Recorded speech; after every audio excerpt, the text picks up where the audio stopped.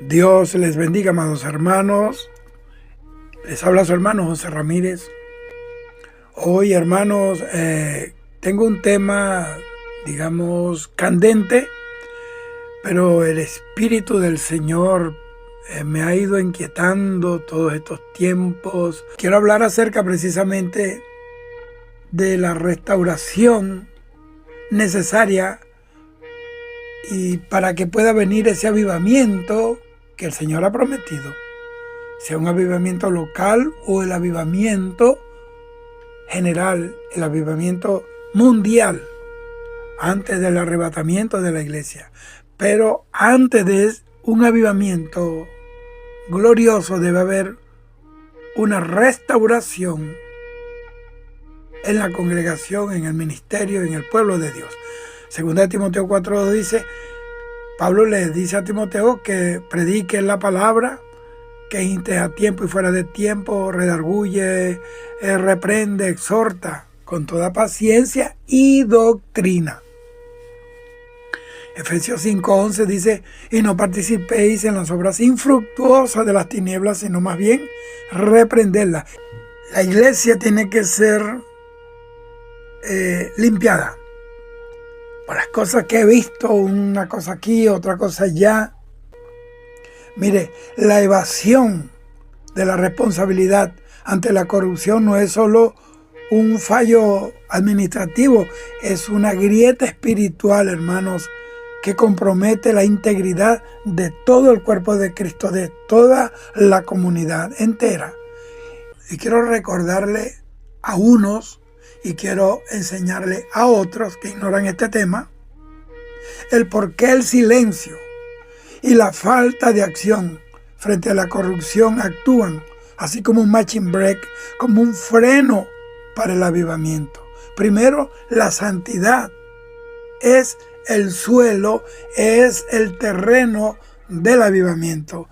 Bíblicamente, hermanos, el avivamiento no es solo un entusiasmo emocional, sino más bien un retorno a la santidad, a la obediencia, al temor de Dios. En el Antiguo Testamento vemos, hermanos, que cuando había anatema, corrupción o pecado oculto, en el campamento de Israel el pueblo perdía sus batallas. Por donde quiera que iba salía derrotado. El ejemplo más clásico de esto es Acán. Acán significa problemático. En el libro de Josué, el pecado de este hombre, un solo hombre, hermanos, detuvo el avance glorioso de toda la nación de Israel. Y Dios fue muy claro, Dios sacó eso a la luz. Josué 7:12 dice, no estaré más con vosotros, si no destruyeres el anatema de en medio de vosotros. Josué no sabía que había anatema, Caleb tampoco, los generales tampoco, pero Dios sí sabía porque no hay nada oculto delante de los ojos de Dios. Lo segundo es que la autoridad conlleva a responsabilidad. Mire, tener autoridad de Dios no es un privilegio para el beneficio propio, sino más bien un mandato de custodia, primero en la administración. La Biblia enseña que a quien mucho se le da, mucho se le exigirá. Segundo, la corrupción del sacerdocio. Cuando los hijos del sacerdote Elí corrompieron el sacrificio y menospreciaron la ofrenda, embarazaban mujeres dentro del templo que iban a hacer vigilia y Elí no lo detuvo con firmeza. La gloria de Dios se apartó de Israel. ¿Qué me dice esto? Que el silencio ante la corrupción Dios lo mira como complicidad. El Señor me dijo un día, todo aquel que tolera el pecado, yo lo voy a juzgar igual como pecador. Lo tercero es el obstáculo a la bendición. La bendición bíblica fluye donde hay unidad y donde hay verdad. La corrupción, hermanos, siempre va a generar división y desconfianza. En el Salmo 133, que tanto lo recitan, dice que Dios envía bendición y vida eterna allí donde los hermanos habitan en armonía juntos. Entonces la corrupción rompe esa armonía. ¿Por qué? Porque introduce la mentira. Entonces es cuando aparecen dos acciones de la de la autoridad de Dios, la justicia y el juicio. ¿Por qué? Porque el avivamiento a menudo comienza con el juicio por la casa de Dios. Primera de Pedro 4:17 dice que el juicio comenzará por su casa.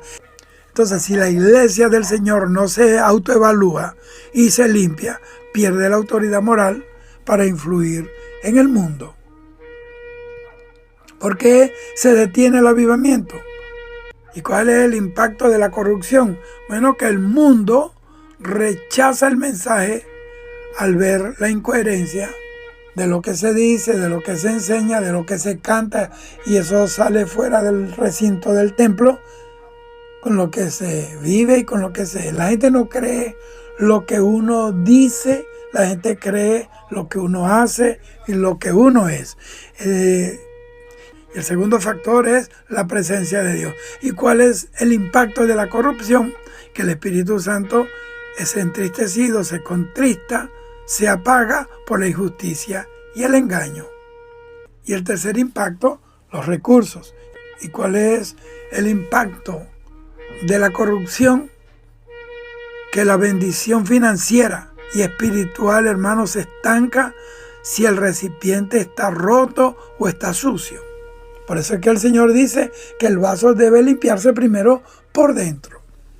El avivamiento no es algo que nosotros podemos fabricar, sino que es algo que Dios envía cuando hay condiciones apropiadas, cuando están las condiciones dadas, esas condiciones de Dios.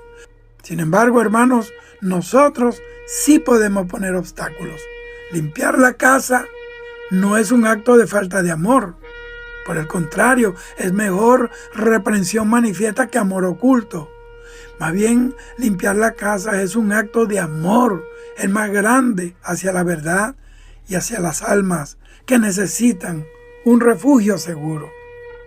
Y podemos encontrar en la Biblia ejemplos específicos sobre cómo la restauración de la justicia trajo de vuelta la bendición, la prosperidad del avivamiento. Y ese análisis que yo acabo de hacer conforme a la palabra, para que ese análisis sea útil, tenemos que abordar, hermano, dos ángulos: el espiritual, el ejemplo bíblico de restauración, y el práctico, que es la transparencia hoy.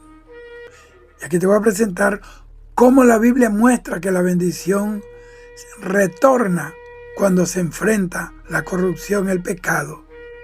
Uno de los ejemplos más claros de cómo nosotros podemos detener la decadencia espiritual y activar la bendición de Dios es el rey Josías. Lea Segunda de Reyes 22 y 23, esos dos capítulos. Y ese avivamiento comienza con el hallazgo de haber encontrado el rollo de la ley. El pueblo vivía en una normalidad de idolatría y un descuido espiritual, hasta que unos sacerdotes que estaban limpiando el templo, dice que encontraron el libro de la ley en el templo. Y lo llevaron, dijo el sumo sacerdote, que lo llevaran al rey Josías. Y cuando el rey Josías lo oyó, porque ellos se lo leyeron, y cuando el rey Josías oyó la lectura de la ley, ¿cuál fue la reacción del líder? Mire qué ejemplo. Al ver Josías la brecha tremenda entre la corrupción de su tiempo y el estándar de Dios, entonces Josías no lo ocultó. Dice la Biblia que más bien se humilló y rasgó sus vestidos. Pero no basta con humillarse, reconocer y rasgar los vestidos. Tiene que haber la acción seguida a esto. Él quitó a los sacerdotes corruptos, derribó los altares falsos y purificó el templo. ¿Y cuál fue el resultado? Mire, que se celebró la fiesta de Pascua más grande de la historia, y Dios detuvo el juicio inmediatamente sobre esa generación. porque el avivamiento vino después de la purga. Usted puede ver cuando Dios llamó a Gedeón para liberar al pueblo de Dios de los madianitas. Se quedó solamente con 300, hubo una purga. Y por eso necesitamos, hermanos, atender a la voz del Espíritu Santo. Hay unos pasos para restaurar la integridad de la iglesia de hoy. Si tenemos la autoridad de Dios, entonces la transparencia no es opcional. Es un deber, hermano. Tenemos que ser transparentes. Jesús murió desnudo en la cruz porque no tenía nada que ocultar. Como Adán y Eva que se ocultaron. Cuando la gente se oculta es porque algo no quieren que se sepa. Y aquí hay 3 pilares que son fundamentales para limpiar la casa de Dios hoy. Primero, la rendición de cuentas. Nadie debe ejercer autoridad sin supervisión. ¿Y qué se debe hacer? Debe haber una pluralidad de liderazgo. ¿Por qué? Eso va a hacer que se evite que una sola persona controle el dinero, los recursos, la entrada y las decisiones que se tomen desde el púlpito. Porque hay autonomía, sí, pero no hay inmunidad. La autonomía que Dios me ha dado está ceñida a la palabra de Dios. Esa autonomía no la puedo usar yo como una inmunidad parlamentaria, como muchos políticos corruptos, pero tienen una protección legislativa. Por eso, mientras tengan esa inmunidad parlamentaria, nadie los puede juzgar ni someter a juicio. Pero quiero decirle que delante de Dios no hay nadie que tenga inmunidad, porque Dios es el juez de toda la tierra. Y el juicio va a comenzar por los que llevan su palabra y tienen responsabilidad de representar el Evangelio públicamente en la iglesia y en la calle. Lo segundo es auditorías externas. Esto es permitir que ojos ajenos revisen la salud financiera de la congregación. Lo segundo, tolerancia cero al pecado estructural. Cuando la corrupción se institucionaliza, se vuelve normal. La gente empieza a ver normal lo que la Biblia condena. Porque cuando se institucionaliza el pecado, entonces más bien se hace una apología del pecado. ¿Qué va a provocar esa actitud de tolerancia cero al pecado institucional? La confesión y la restitución. Porque no basta con pedir perdón. Si hubo robo o hubo daño, debe haber restitución. Lea la Biblia, la ley de la restitución. La bendición se bloquea cuando intentamos orar sobre un pecado que no queremos soltar. Entonces la bendición o la maldición depende de quien está al frente. Lo segundo, debe activarse la cultura de verdad sobre la cultura de imagen. Esto es algo que he venido meditando hace días. Muchas iglesias evaden la responsabilidad por miedo al escándalo. Sin embargo, a Dios le importa más la pureza de la iglesia que su reputación externa. De eso se encargará Dios después. Es mejor una iglesia pequeña y limpia que una multitudinaria cimentada sobre mentiras, sobre anatemas ocultos, sembrados, enterrados en las tiendas. Y de esto nos advierte el Señor, incluso Salomón. Proverbio 28:13 dice que el que encubre sus pecados no prosperará, pero el que lo confiese y se aparta alcanzará misericordia. Este principio aplica tanto al individuo como a la institución, porque la prosperidad y el avivamiento de la que hemos estado predicando por años están condicionados por Dios a la luz. Porque donde hay secretos oscuros, hermanos, el Espíritu Santo no encuentra espacio para operar con libertad. Para que una iglesia o un ministerio camine bajo la bendición y la gracia de Dios y el avivamiento que que estamos esperando se manifieste, la autoridad debe estar respaldada por un marco ético muy claro. La falta de este marco de ética es precisamente lo que permite que la corrupción se filtre sin consecuencia, porque no hay un peaje moral que pida credenciales a lo que se está entrando a la iglesia.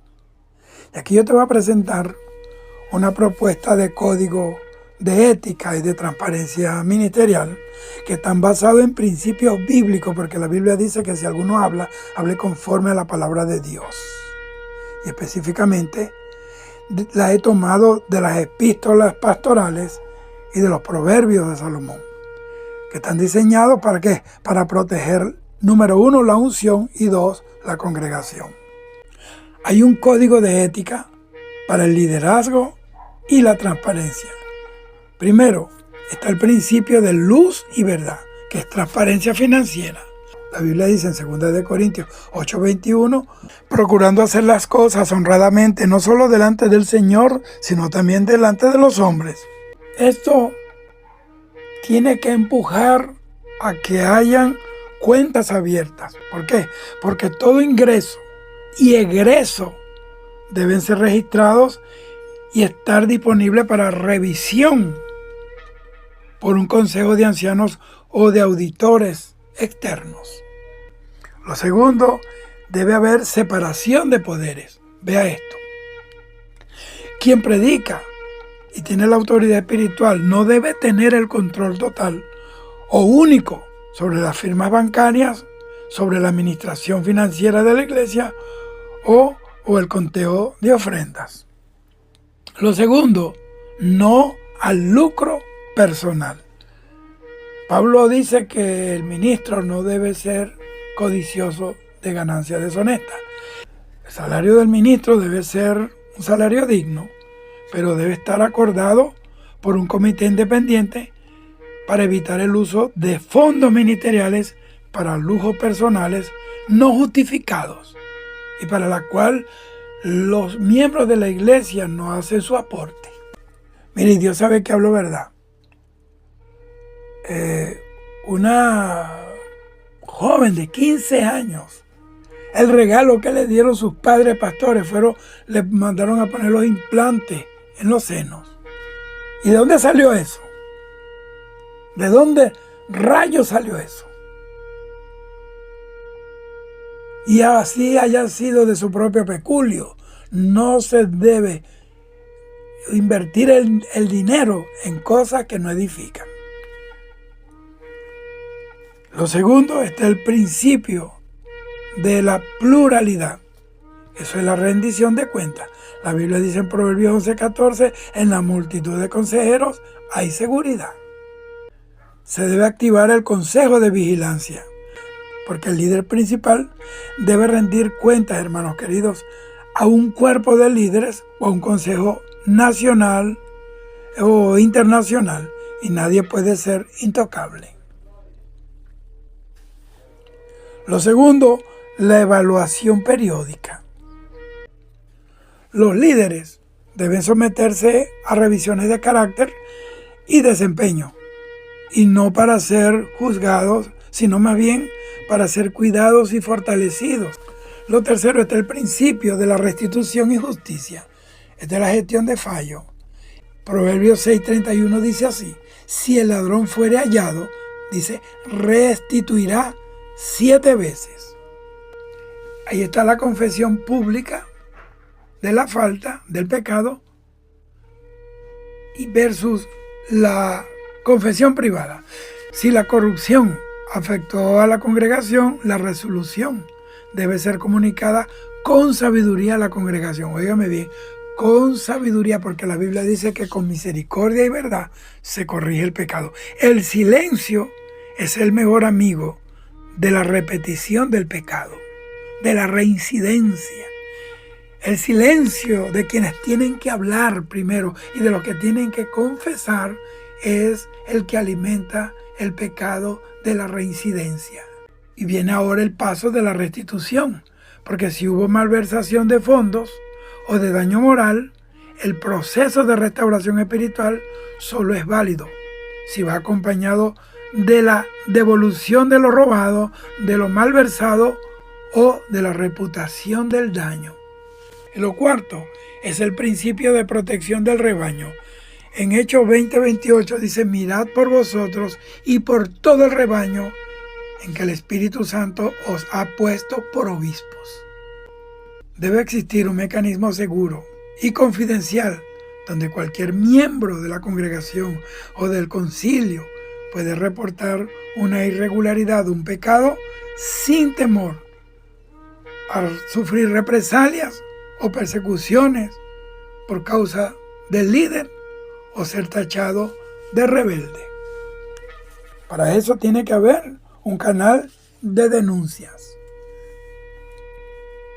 En todas las instituciones hay un buzón de denuncias y un buzón de sugerencias.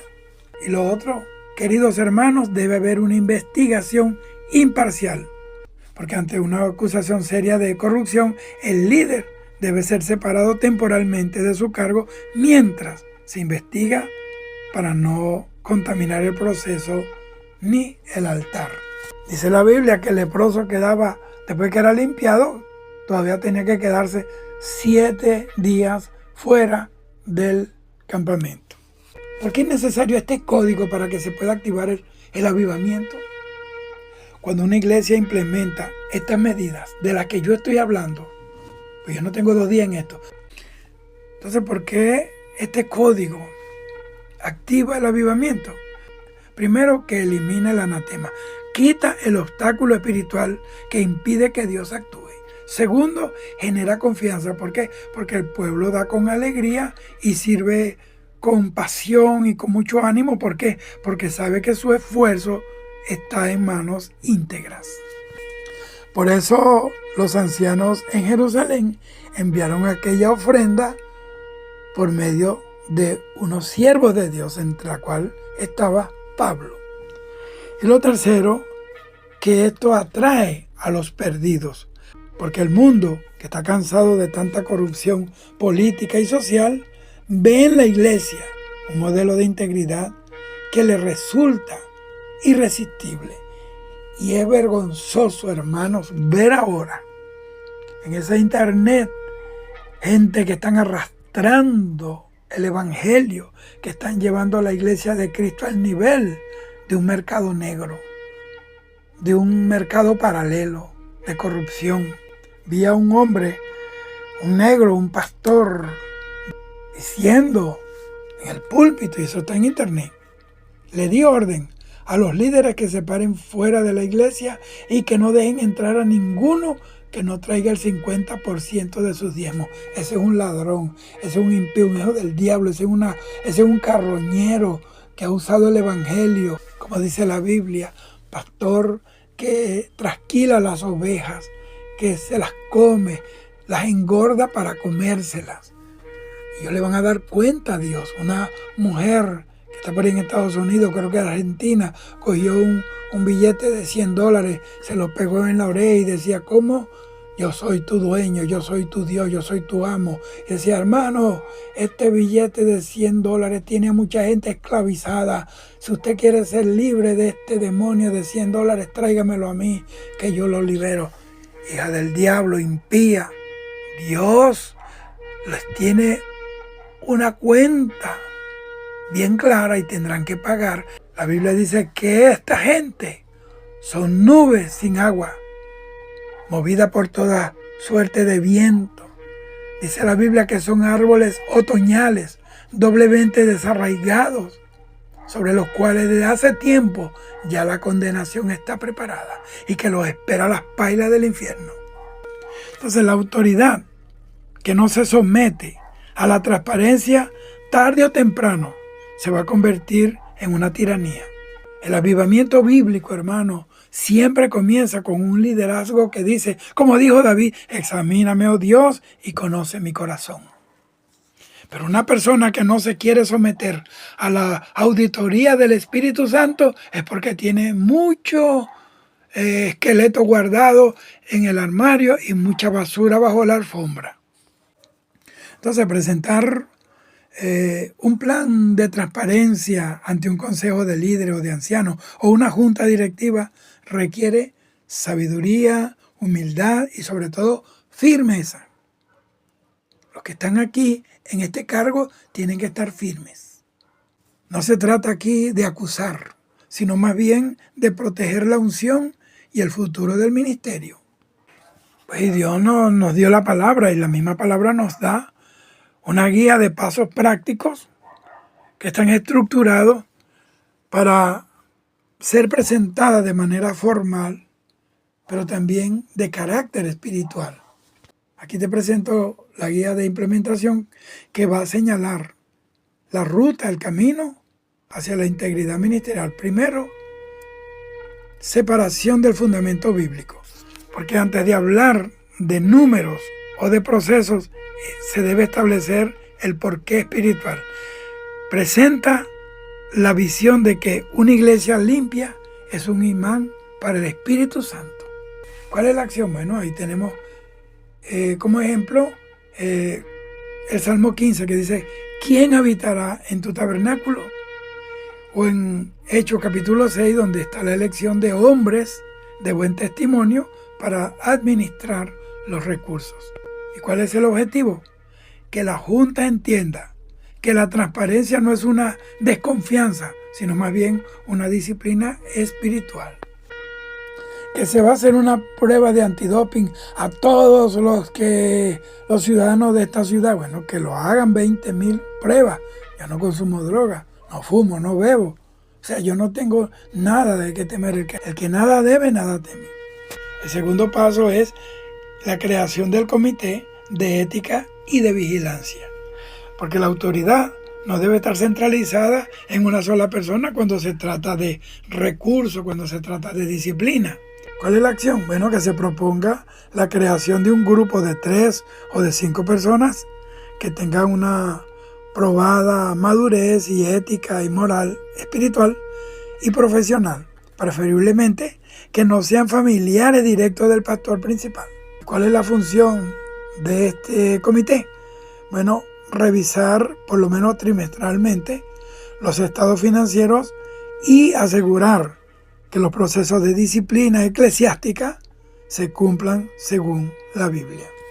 Hay gente que saben que hay personas dentro del ministerio que están en pecado, que han cometido faltas morales, que han caído hasta en pecado de inmoralidad sexual. Y lo saben, pero son personas que salen a predicar y cuando regresan traen diezmos, ofrendas, traen regalos para sus amigos y eso le pone un bozal. La Biblia dice que las muchas dádivas corrompen el espíritu. Y el tercer paso es el establecimiento de protocolo financiero. Es decir, que debe haber una doble firma. ¿Por qué? Porque la tentación y las sospechas desaparecen, o sea, mueren donde hay testigos. Hay policías, por ejemplo, que quieren matar a alguien y no lo matan porque lo están viendo, lo están filmando. Entonces, donde hay testigos, se frena la tentación. ¿Cuál es la acción entonces? Que se debe implementar que todo cheque, que toda transferencia o que todo retiro de fondos de la iglesia requiera 2 firmas autorizadas. Lo otro es el conteo de ofrendas. Bueno, el conteo debe ser realizado por al menos 3 personas rotativas, documentado en un acta y firmado al finalizar cada servicio. Y yo sé que esto que estoy hablando va a llegar a quien tiene que llegar. Esto hay gente que no van a entender esto, pero esto es algo de carácter administrativo interno de la Iglesia de Cristo. El cuarto paso es la definición de la ruta de la denuncia segura. Fíjense, para evitar que la corrupción se oculte bajo la lealtad mal entendida, cuando se malentiende eso de la lealtad, eso robustece la iniquidad y el pecado dentro del cuerpo de Cristo. ¿Cuál es la acción? Por lo menos crear un correo electrónico o un buzón físico que solo sea revisado por el comité de ética. Esto ya lo dije en el paso número 2. ¿Cuál es la garantía? Asegurar por escrito que cualquier miembro o líder que reporte una irregularidad con pruebas verdaderas no sufrirá represalias ni persecución espiritual. Obviamente, ese anonimato, porque anónimamente pueden matar a cualquiera, pueden levantarle un falso testimonio al ministro. Pero ese tiene que estar identificado quién está haciendo la denuncia. Si la denuncia no tiene nombre y apellido, si no tiene partida de nacimiento, si no tiene cédula de identidad, si no tiene DNI, no se debe considerar. Porque eso de que me dijeron esto, pero no lo diga a nadie, eso es del diablo. El paso número 5 es informe de gestión a la congregación. Porque la bendición fluye, hermanos, cuando el pueblo confía en sus administradores. ¿Cuál es la acción? Realizar una asamblea anual o por lo menos semanal donde se presente un resumen claro de, primero, cuánto ingresó. Segundo, cuánto se invirtió en la obra social, el evangelismo, en las misiones. Y tercero, cuánto se gastó en mantenimiento y en salarios. ¿Cuál es el impacto que esto produce? Que esto genera una generosidad sin precedentes. ¿Por qué? Porque el pueblo ve el fruto de su siembra y sabe que sus recursos están en manos íntegras y están manejados con pureza y temor a Dios. Ahora, ¿cómo presentar esta propuesta? Al hablar con la Junta, usa frases que van a desarmar la actitud defensiva. Por lo menos queremos blindar el testimonio del pastor y de esta iglesia ante el mundo. O le puede decir, estos procesos no son para vigilar a las personas, sino más bien para honrar los recursos de Dios. O puede decirle, si queremos ver el avivamiento que Dios prometió, que nos ha hablado tantas veces aquí en esta iglesia, debemos preparar el odre para el vino nuevo. Y usted me dirá, pero si hay resistencia, si no se acepta esto. Bueno, si hay resistencia, si la autoridad se niega rotundamente a la transparencia, es una señal de alerta roja. Te está prendiendo la alarma el Espíritu Santo. La Biblia dice que la luz manifiesta todas las cosas, que las cosas serán manifestadas a la luz. No hay nada oculto que no salga a la luz. Quien camina en integridad no teme a la rendición de cuentas. Hermanos, estamos a punto de ser raptados al cielo. Y si queremos un avivamiento antes de este evento que va a impactar al mundo perdido, tenemos que limpiar la iglesia comenzando por el altar. Si entendemos que el tiempo es corto, que las señales se han cumplido, que todo ha llegado y está preparado para el rapto, el arrebatamiento y el rapto de la iglesia, porque son inminentes, entonces la limpieza de la casa de Dios no es una sugerencia administrativa, es una emergencia espiritual. Hermano, estamos en emergencia. Muchas congregaciones están pre-mortem, están en terapia intensiva. El mundo no se va a convertir por nuestras palabrería ni por nuestros discursos, sino por la manifestación de la gloria de Dios. Y esa gloria no va a habitar en templos contaminados, como dice la Escritura en 1 de Pedro 4:17, porque es tiempo de que el juicio comience por la casa de Dios. Y aquí yo te voy a presentar una propuesta de reglamento de santidad y de transparencia en el altar que están diseñados por el Espíritu Santo para preparar a la iglesia para ese impacto final antes de la venida de Cristo. Dios va a traer un sacudón mundial de avivamiento a través de la iglesia viva, santificada. Se van a hacer milagros, prodigios, multitudes llegarán al Señor, cadenas serán rotas, pero eso sucede cuando el verdadero avivamiento comience a manifestarse. Cuando Dios ve que el altar ya se limpió, entonces el Espíritu de Dios se va a mover con plena libertad. Hay un manifiesto de purificación para el avivamiento final. Hermanos, ese avivamiento lo estamos predicando y lo estamos esperando. Primero debe haber santidad en el ministerio, es decir, en el altar. El altar es el lugar más sagrado del edificio, de la congregación. Y si hay corrupción allí, el flujo del Espíritu se corta para toda la congregación. Es como que el que está en el altar dobla la manguera y ya no fluye el agua de vida. La santidad produce integridad moral. Todo líder con autoridad debe estar libre de doble vida. La gracia no es una licencia para ocultar el pecado, sino más bien el poder para vencer el pecado. Lo segundo, debe haber denuncia de la simonía, porque el don de Dios no se compra ni se vende. Se prohíbe cualquier práctica que mercantilice la unción o manipule al pueblo mediante el miedo o la falsa promesa de bendición a cambio de dinero.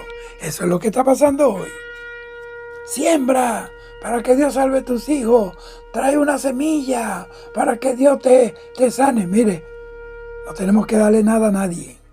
Obviamente que la dádiva es producto de un corazón agradecido. Eso es verdad. Que no podemos presentarnos en la casa de Dios con la mano vacía. Eso es verdad. Pero hay gente que han tomado estos temas, lo han manipulado, lo han manufacturado para tener vacas de ordeño en la congregación. La Biblia dice que con Cristo ya hemos sido bendecidos con toda bendición de lo alto. La bendición que Dios te promete en la palabra, porque Él es fiel, la va a cumplir. No está condicionada a que un hombre te dé el permiso para recibir la bendición. Pablo dice que en Cristo estamos completos. El Señor tiene promesa para ti y tu familia. Cree en el Señor, santifícate, da testimonio y serás salvo tú y toda tu casa. La Biblia da promesa para tus hijos.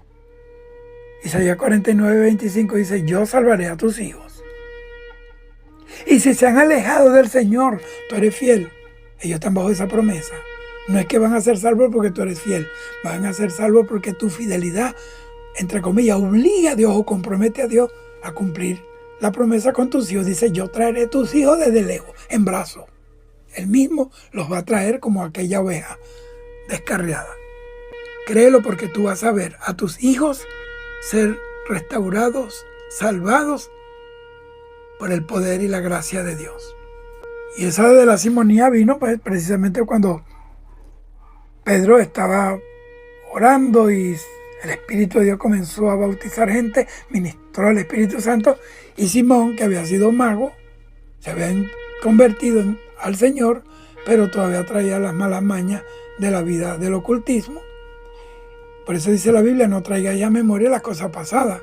El que está en Cristo es nueva criatura, las cosas viejas pasaron, aquí todas son hechas nuevas. Y él le ofreció dinero a Pedro para que le diera de ese poder, porque él quería montar un kiosco, el kiosco de la unción, el kiosco del avivamiento, el kiosco de las sanidades. Ese es un problema, hermano. No se puede hacer negocio con los dones del Espíritu Santo, porque hasta ahora el Señor hizo tantos milagros y Él nunca mandó a ninguno de sus apóstoles a recoger la ofrenda por el milagro. A mí mucha gente que me han dicho, pastor, ¿puede venir? ¿Cuánto cobra? Pastor, ¿puede orarme? ¿Cuánto cobra? La Biblia dice que demos de gracia lo que de gracia hemos recibido. Debe haber también una mayordomía transparente, o sea, las manos limpias. Para que el mundo crea, debe ver que la iglesia no ama el dinero, sino que ama las almas. Gente que me han dicho, hermano, fui para ahí y salí casi sin ropa. Por eso, porque le hace un altar al dinero, a la siembra. Y tú sabes lo que hacen ellos.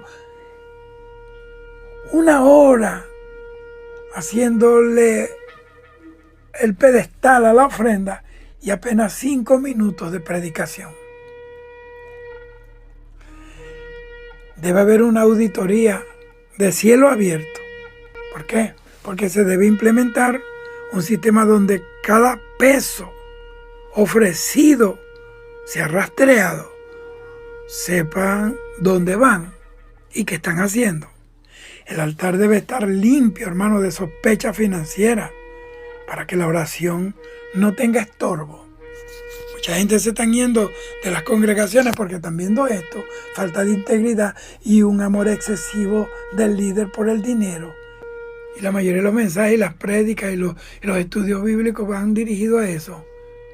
Es un aceite para aflojarte las tuercas de la cartera, de la chequera, de tu tarjeta de crédito, para que ellos puedan vivir de ti. Dios me llamó y dejé mi carrera, dejé mi profesión, y Dios me llamó a predicar el Evangelio. Yo vivo del Evangelio, yo no vivo de los evangélicos. Nunca en mi vida yo he pedido una ofrenda a nadie, ni en ninguna iglesia. Nunca en estos 41 años y algo, jamás he repartido sobres para que me lo llenen. A mí el sobre me lo llena el que me llamó. Porque sería avergonzar al que me llamó, decir que Dios es un irresponsable, que me sacó de mi profesión, que yo estaba cómodo, para ponerme a pasar hambre y a matarme aquí y avergonzar mi vida delante de aquellos que saben que yo le estoy sirviendo a Dios. Dejé algo para servir en la mejor empresa. Por eso Dios nos llama vagos. Dios llama a gente que dejaron algo para servir en su obra. Y cuando me dicen, ¿y cómo viajas tú? ¿Quién te financia eso? Bueno, a mí me lo financia el que me llamó. La Biblia dice que Él me llamó. La palabra llamamiento es la palabra kaleo, en griego, que significa una invitación. El que invita es el que paga. Dios me invitó a predicar, Él paga mis campañas, las cruzadas, mis viajes, todo. Y yo estoy dispuesto, pues, a pagar el precio por ese llamado. Y yo no puedo decir, Señor, he pasado escasez, aquí me persigue. No, yo no lo voy a impactar a Él con eso. Esa es mi obligación. Ese es el precio que tengo que pagar, porque Él también fue humillado, fue perseguido y fue asesinado por nosotros. Yo no lo voy a impresionar. Señor, mira cómo estoy, mira aquí en este suelo, no tengo donde dormir, estoy en el suelo tirado, en el polvo, estoy durmiendo en el aeropuerto, nadie me viene a buscar. Bueno, ese es el precio que hay que pagar. Los verdaderos ministerios soportan esas tempestades. El que no fue llamado por Dios, cuando ve una pruebita de esta, suelta la cruz y se va. Lo tercero es la disciplina redentora. Evadir la responsabilidad es dejar una puerta abierta al enemigo. Debe haber en la iglesia cero impunidad.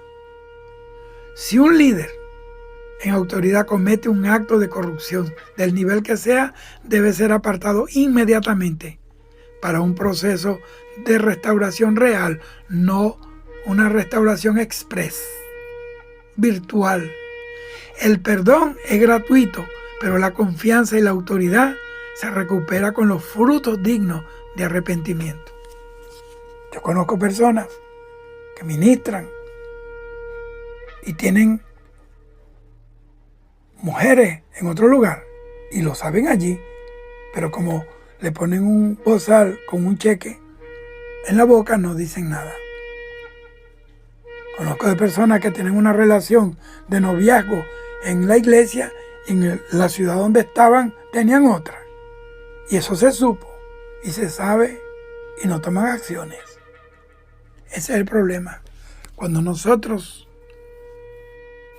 complacemos o nos hacemos la vista gorda ante esta situación, eso hace que la iglesia, que es la barca de Dios, se convierta en un Titanic, y por eso muchas congregaciones están hundidas.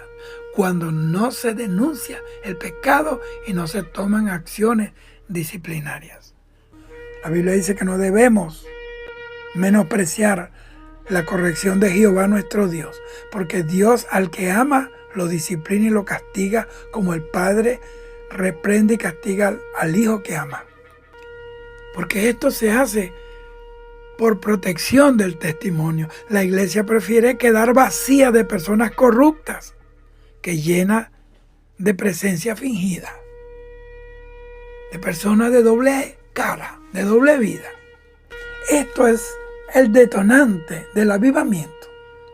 ¿Por qué? Primero, por la alineación espiritual. Al limpiar el altar, quitamos el estorbo, sí, el pecado de Acán, y Dios vuelve a pelear nuestras batallas y comienzan los filisteos a caer, los Goliat a caer, comienzan los dragones a caer, las serpientes y escorpiones quedaron bajo nuestros pies. Y dice la Biblia en Romanos 16:20, y entonces el Dios de paz, claro, cuando hay paz con Dios, aplastará en breve a Satanás bajo la planta de vuestros pies. Lo segundo es la autoridad moral, porque una iglesia que se juzga a sí misma tiene la autoridad para llamar al mundo al arrepentimiento. La Biblia dice que debemos juzgarnos a nosotros mismos para no ser condenados con el mundo. Eso lo dice Pablo. Lo tercero es la unción, pero una unción verdadera, una unción sin filtro. Cuando el canal está limpio, el Espíritu Santo entonces fluye sin resistencia, sin obstáculos, produciendo milagros, señales, prodigios, maravillas que impactarán a los que están perdidos. Josué 3:5 dice, santificaos, porque Jehová hará mañana maravillas entre vosotros. Pero tuvieron que santificarse antes. Hermanos, sin santificación, sin limpieza, hermano, nunca va a poder moverse la mano de Dios haciendo maravillas, porque Dios no es el padre alcahuete o el abuelo alcahuete que tolera el pecado de su hijo querido y consentido, porque Dios no tiene hijos consentidos. Los hijos consentidos son lo más sinvergüenza que pueden haber. Los nietos consentidos no sirven. Los culpables son ellos, los abuelos y los padres. Entonces este mensaje que yo te estoy dando es un mensaje de confrontación, pero lo hago en el amor de Jesucristo. Lo hago con amor. Y si tú estás en una posición de influencia, el siguiente paso es presentar este llamado al arrepentimiento de una forma oficial. Hermanos, la Biblia dice en 1 de Juan 3:3 que el que tiene esta esperanza a sí mismo se purifica, como Él también es puro. Hermanos, tenemos que limpiarnos, tenemos que santificarnos, hermanos. No podemos hacer acepción de personas. Dios está que levanta la iglesia, pero antes de eso va a limpiar el altar. Escúcheme, vienen cambios a la iglesia de Cristo. Vienen cambios, vienen reformas profundas a la iglesia del Señor. Dios va a remover personas influyentes, queridas, pero que han sido obstáculos a la obra de Dios. Dios no hace acepción de personas. Así que toma este consejo. Comienza a orar para que Dios limpie la iglesia. Comienza, hermano querido, hermana querida, a orar para que Dios limpie la congregación, limpie el concilio, limpie las iglesias, limpie el altar, limpie la casa de Dios, hermanos, para que pueda venir el avivamiento verdadero. Porque nunca será un avivamiento verdadero si hay corrupción en el altar, dentro de la iglesia, hay tolerancia al pecado, hay tráfico de influencia. Solamente serán espectáculos programados, superficiales. Serán circos o celebraciones con fuegos artificiales, pero no está el fuego de Dios. El Señor me dijo un día, hay lugares donde se están fabricando fuegos extraños. Hay una gente que son expertos en pirotecnia espiritual. Fabrican un fuego de avivamiento momentáneo como esos fuegos artificiales. Pero acabó todo. Se acabó. Es de momento. Y después volvemos al mismo ritmo de vida, sin carácter, sin santidad, sin temor, sin compromiso.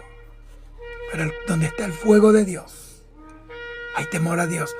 Hay temor a Dios. El verdadero avivamiento es cuando el Espíritu Santo está en tu corazón, cuando es el Espíritu Santo el que gobierna la congregación y no el hombre, no el apóstol, no el pastor, no el concilio, no la directiva, es Dios, el Espíritu Santo. Dios te bendiga. Prepárate porque Cristo viene. Shalom.